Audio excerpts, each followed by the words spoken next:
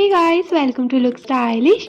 Guys, आज के इस वीडियो में मैं आपके लिए रेनी डे आउटफिट्स के आइडियाज़ लेकर आई हूँ। गाइस, बारिश के मौसम में आप खुद को कैसे स्टाइलिश दिखा सकते हैं, किस तरह के आउटफिट या एक्सेसरीज आप अपने लिए चूज कर सकते हैं। आज के इस वीडियो में आपको बहुत सी आइडियाज़ मिल जाएंगे, तो वीडियो को बिना मिस किए कंप्लीट जरूर देखिएगा।